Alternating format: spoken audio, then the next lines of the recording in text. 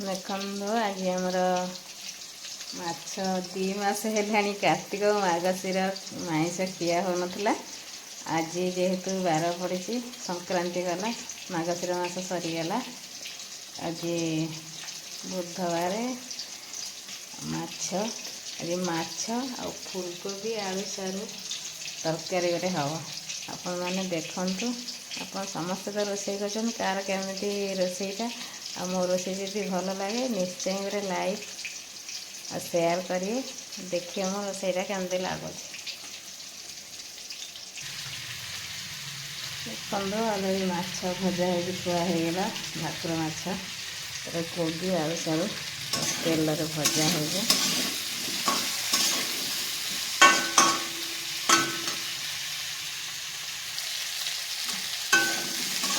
କୋବି ଆଳୁ ଭଜା ହେଇ ଆସିଲାଣି।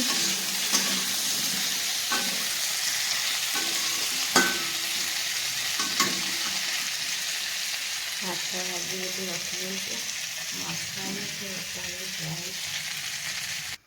ଭାଜି ହେଇଗଲା। ଦେଖନ୍ତୁ ଅଲରେଡ଼ି ତେଲ ପଡ଼ିଗଲା। ଗୋଟା ମସଲା ପକାଇବା, ତେଜପତ୍ର, ଏଥିରେ ଡାଲଚିନି, ଗୁଜୁରାତି, ଗୋଲମରିଚ, ଧନିଆ,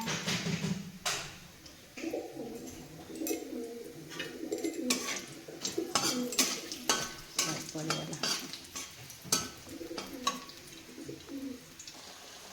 ଦେଖନ୍ତୁ ମସଲା ପଡ଼ିଗଲା। ଟମାଟୋ, ଅଦା, ପିଆଜ, ରସୁଣ ସବୁ ଗ୍ରାଇଣ୍ଡିଙ୍ଗ କରିଦେଇছে।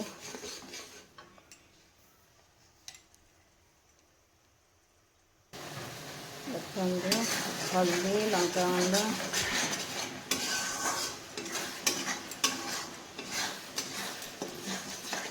ପଡ଼ିଗଲା। ଦେଖନ୍ତୁ ଗ୍ରେଭିଟା କେତେ ସୁନ୍ଦର ଦେଖାହେଉଛି।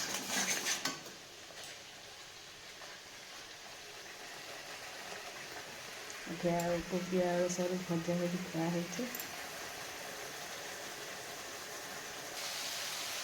ଦେଖନ୍ତୁ ମସଲା କେତେ କଷି ଆସିଲାଣି। ଗ୍ରେଭିଟା ବହୁତ ସୁନ୍ଦର ଦେଖାହେଉଛି। ତାପରେ ତେଲ ବି ଉଠି ଆସିଲାଣି।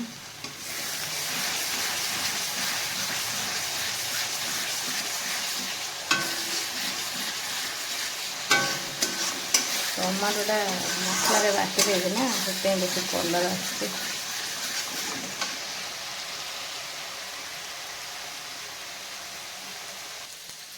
ଦେଖନ୍ତୁ ସାରୁ ଆଳୁ କୋବି ମସଲା ବି ପଡ଼ିଗଲା। ତାକୁ ଟିକେ ଭଲସେ ଗୋଟେ ମସଲାରେ କଷିବା।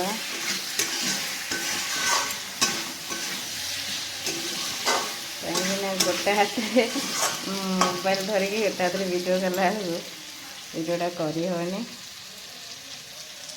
ଆପଣମାନଙ୍କୁ ଦେଖା ହେଉଛି କି ନାହିଁ ଜଣାପଡ଼ୁନି। ଦେଖନ୍ତୁ କଷି ହେଇଗଲାଣି। ତେଲ ଉଠି ଆସିଲେ ଜାଣିବେ ଯେ ମସଲାଟା ପୁରା କଷି ହେଇଗଲା। ତେଲଟା ଛାଡ଼ି ଆସିଲା ବେଳକୁ, ତେଲ ଛାଡ଼ିଗଲେ ମସଲାଟା ପୁରା କଷି ହେଇଗଲା।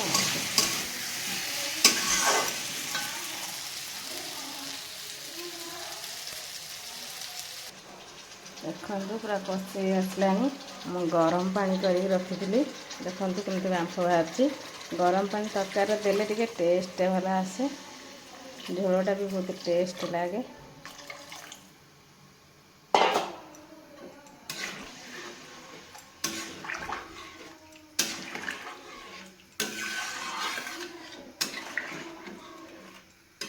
ଆପଣମାନେ କେମିତି ରୋଷେଇ କରନ୍ତି, ଆଉ ଆମ ରୋଷେଇ କେମିତି ଲାଗୁଛି।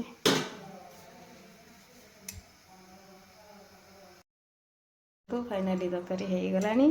ତରକାରୀର ଲୁକ୍ଟା ଦେଖନ୍ତୁ କେତେ ସୁନ୍ଦର ଦେଖାହେଉଛି, ଆଉ ବାସ୍ନା ବି ବଢ଼ିଆ ହେଉଛି।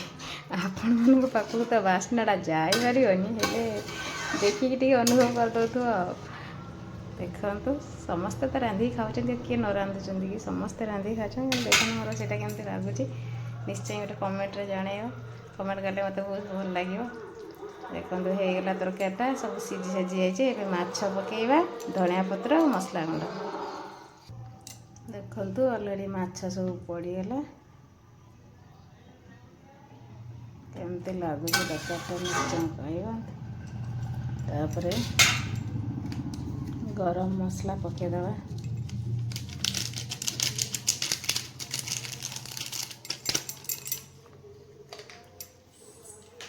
गरम मसला पड़गला। तापर देखो धनिया यहाँ आमर हो धनिया पत्र बाड़े जो कटिंग धनिया होता से धनिया पकाई अलरेडी होगला। देखते झोड़ा बहुत बेसी पतला नहीं बेसी मोटा नहीं।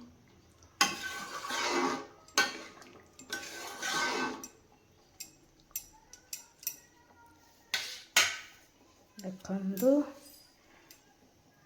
आमर माछ फुलकोबी आलू सारू तरकारी रेडी। केमती लगुच निश्चय देखंतु आउ कमेंट दियंतु। आ भल लगिले निश्चय गोटे लाइक करंतु। आपनको आमको सपोर्ट कले आम बहुत ऊपर आस। रखुची जय जगन्नाथ।